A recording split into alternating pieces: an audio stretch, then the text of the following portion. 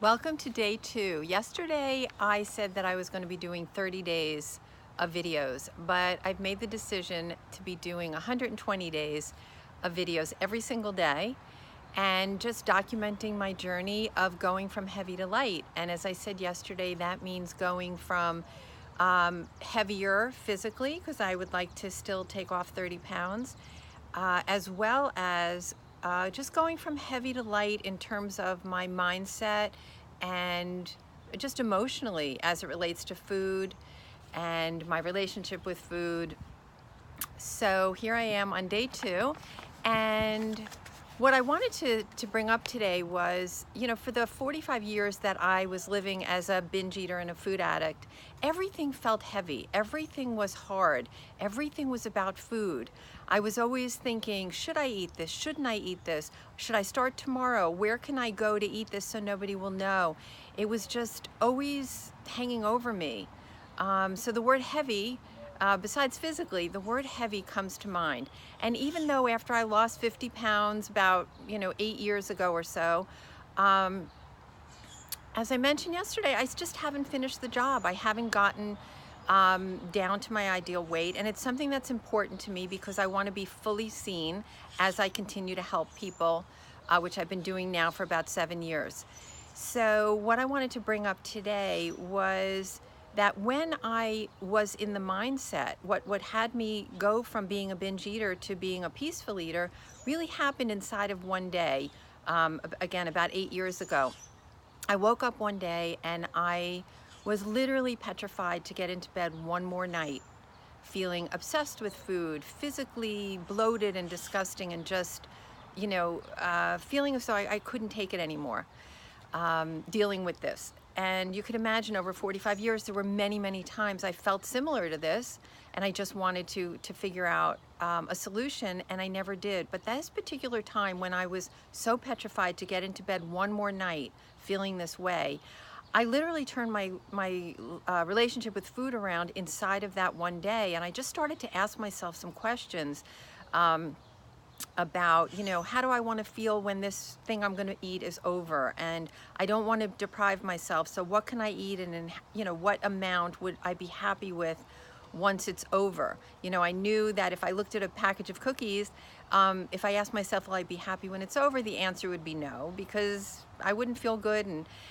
but if I ate 2 cookies, yeah, I would be happy. So all these things changed, and I adopted this mindset that became what I call a no-brainer, where it was just very easy to do what I now call tricks to make it stick. These things that are just the opposite of giving into the impulse. So if the impulse is to eat right away, the opposite of the impulse is to still eat what it is you want, but to maybe wait a half hour or an hour, or just a lot of different things that took me from eating impulsively to eating more peacefully and being awake at the plate and making more conscious decisions by having a conscious conversation with myself before just giving in to whatever I felt like doing. So back then, my why was that I was just so scared of getting into bed, and that why lasted a really long time. It was able to stay with me through my losing those 50 pounds. But what happened was, over these last few years, I just haven't had as much of a compelling why, because I'm not in that bad place anymore.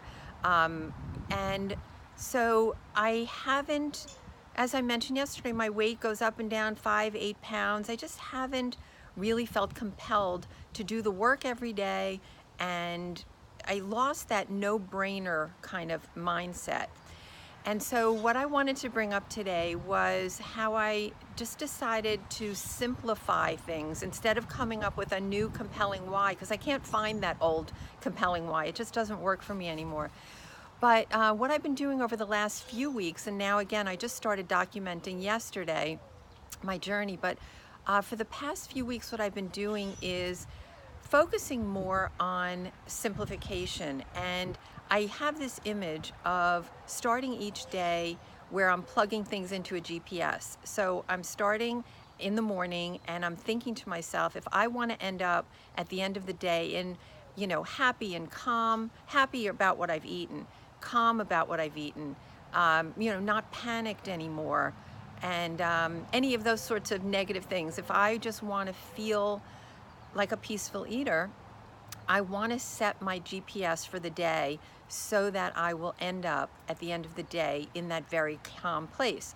So for me, what this looks like with setting my GPS is I've been eating the same breakfast every day, and I'm really making it very nutrient dense. So every single day I've been having oatmeal with blueberries and flax seeds and walnuts and an apple and some pomegranate seeds.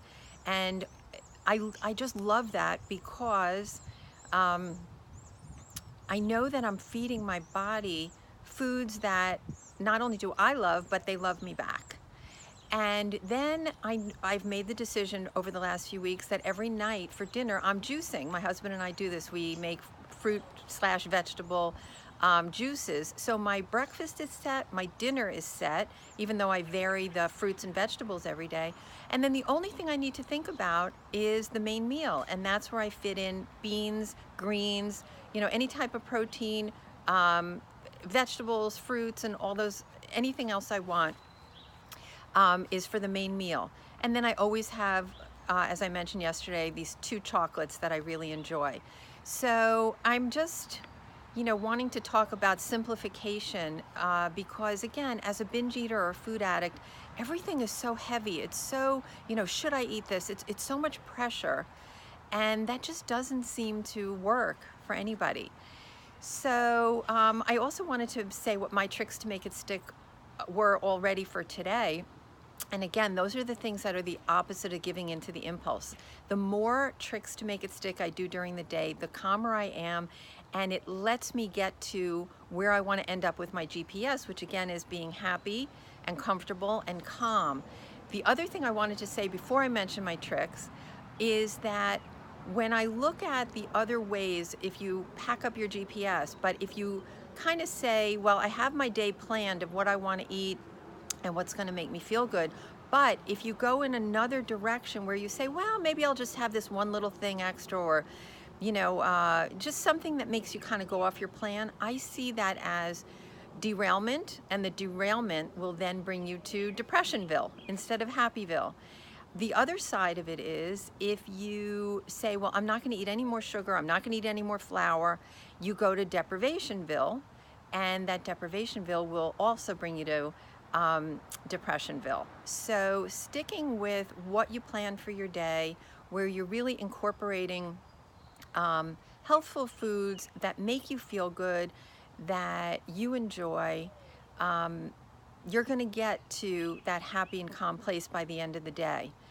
So my tricks to make it stick for today so far have been that I put off my breakfast and my lunch for about a half hour or 45 minutes because I wasn't hungry enough. Even though I was thinking of the food at a certain time, I realized there are other things I could do and put it off a little bit. So again, it may not sound like a big deal to do that, but it's basically doing the opposite of the impulse.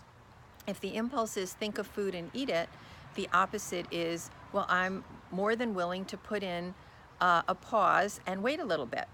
So that's what I did there. I also, at lunch, I was planning to have a baked apple after having my other food, and I realized I wasn't that hungry, so I just chose not to have it. So the impulsive thing would be, oh, I already planned it, I made it, I planned it, and I'm going to eat it.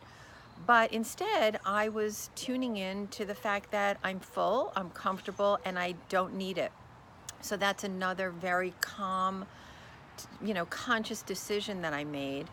The other thing I did is when I went to the gym, I was riding the bike, and at 2 miles, I just wanted to be done. And so the impulse would be like, oh, I'm finished, I want to be done, and kind of take the easy way out. But I said, am I willing to stay on this bike a little bit longer? Not that it's going to make me lose more weight per se, but it's more just staying in the game of doing the opposite of the impulse. So I ended up staying on the bike till 4 miles. The other thing I did at the gym is while I was on the bike, I was thinking, I really don't feel like doing any of the machines. But when I got off the bike, I said, are you willing to just do one machine? And I was, so I did that. And the other thing I want to tell you about is those 2 chocolates that I've brought up that I love to have every day. I went to the store before going to the gym, so right after my lunch, and I was tempted to have those two chocolates when I bought them, but I asked myself, will I be happier if I eat them now? Or would I be happier if I wait and have them after my workout? And the answer was I'd be happy if I wait till after my workout. So again, the impulse would be, oh, chocolate, I love it, I'll eat it now. The opposite, which are these tricks to make it stick that keep me calm, is I would rather look forward to it. So here's day 2 of 120 days, and honestly, I don't know what I'm going to say for the next 118 days, and I love that. And the reason I love that is because if I knew what I was going to say every day, there would be no growth and no expansion and no room for learning. So I look forward to sharing what comes through me next, and have a great day.